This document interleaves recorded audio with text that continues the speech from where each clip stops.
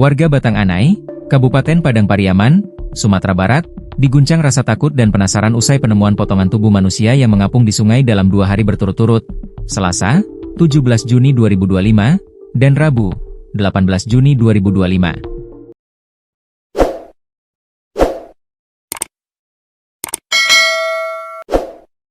Penemuan pertama terjadi pada Selasa pagi di kawasan Kasang, Batang Anai. Seorang nelayan yang hendak melaut melihat benda mencurigakan mengapung di dekat kapal-kapal yang sedang bersandar. Awalnya dikira boneka, ternyata itu adalah mayat manusia dalam kondisi mengerikan, tanpa tangan, kaki, kepala, dan kelamin. Mayat tersebut ditemukan dalam kondisi mengapung. Kondisinya tanpa tangan, kaki, kepala dan kelamin, kata Kapolsek Batang Anai, Ibtu Adriadi, Selasa 17 Juni. Setelah mendapat laporan dari warga, pihak kepolisian bersama BPBD langsung mengevakuasi jenazah ke RS Bayangkara untuk proses autopsi dan identifikasi. Dugaan awal, korban adalah seorang pria.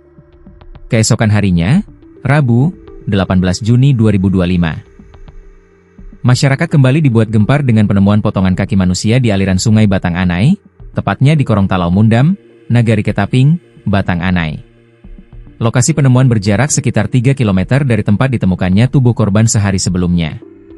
Kalau mengacu pada penemuan badan kemarin, ada indikasi ini bagian organ yang hilang dari penemuan kemarin, ujar Kapolsek. Potongan kaki tersebut juga telah dibawa ke RS Bayangkara untuk dicocokkan dengan tubuh korban sebelumnya. Meski dugaan kuat mengarah pada tindakan mutilasi, polisi masih menunggu hasil autopsi untuk memastikan kebenarannya. Kalau melihat kondisinya memang ada unsur pidana mutilasi pada jenazah tersebut. Tapi kami masih tunggu hasil autopsi dari pihak rumah sakit, tegas Wadriadi.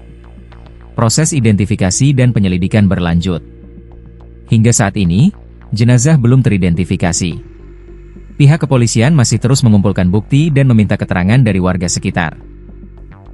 Tim forensik dari RS Bayangkara dijadwalkan segera merilis hasil autopsi hari ini. Kapolsek Batang Anai mengimbau warga tetap tenang namun waspada, serta segera melapor jika memiliki informasi yang dapat membantu proses penyelidikan. Kami harap masyarakat tidak berspekulasi dan menunggu informasi resmi. Proses penyelidikan masih berjalan, ujarnya.